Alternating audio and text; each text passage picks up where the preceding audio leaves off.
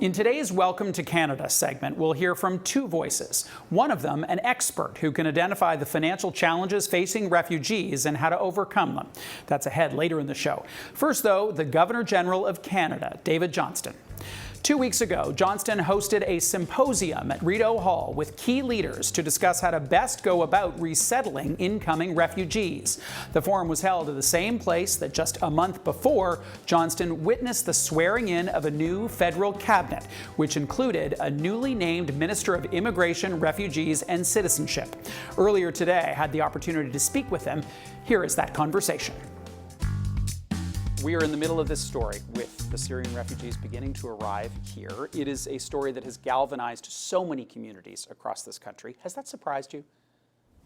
No, it hasn't, because it's Canada with its fundamental values working best.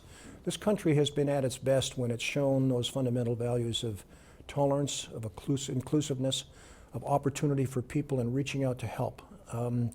Not just in a compassionate way, but in an entrepreneurial way, and a recognition that we have been built upon immigrants. Champlain's first settlements in Nova Scotia would not have survived the first winters had the Indigenous people not provided fresh meat and a tea they made from evergreen needles, which it turned out had vitamin C that stopped scurvy. But it was the reaching out of the people already there who said, we'll help you. And that's been repeated throughout our history. And we see it again with the Syrian refugee crisis. And yet there are many, in social media in particular, who take great issue with this focus on newcomers in the context of social issues that we still need to address here at home. How do you answer those questions? Understandably so, and worry about terrorism, etc.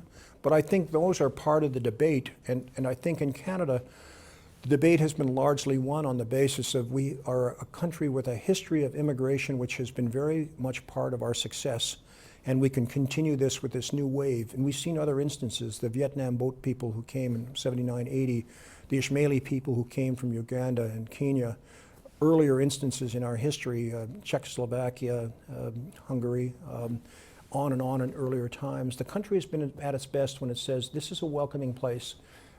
Come here and we will help you stand on your own feet. You hosted a forum at Rideau Hall. Was that stepping outside of your normal day-to-day? We looked at that a lot, not only stepping outside of the normal day-to-day, but the Office of the Governor General is a non-political office. Mm-hmm. It's not involved in political affairs.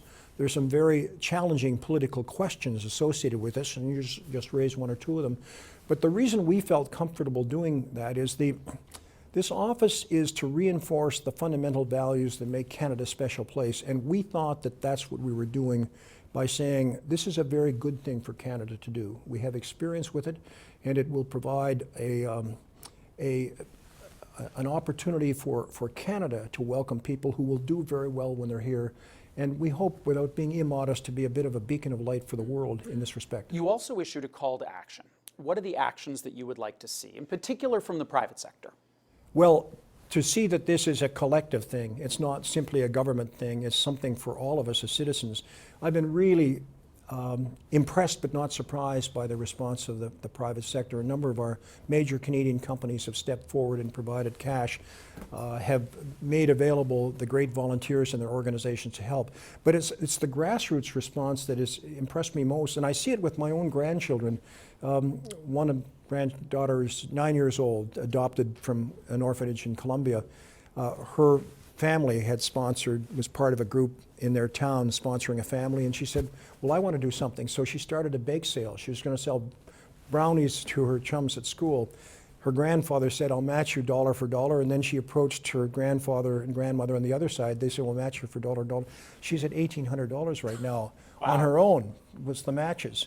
Another of our grandchildren is 8, and his mom and dad are doctors, and they have added refugees to their practices because these folks need medical help. And he said, Mom, I'd like to do something too, but he said, I'm only 8 years old and I'm not a doctor, can't help, and I only have a little bit of money in my piggy bank.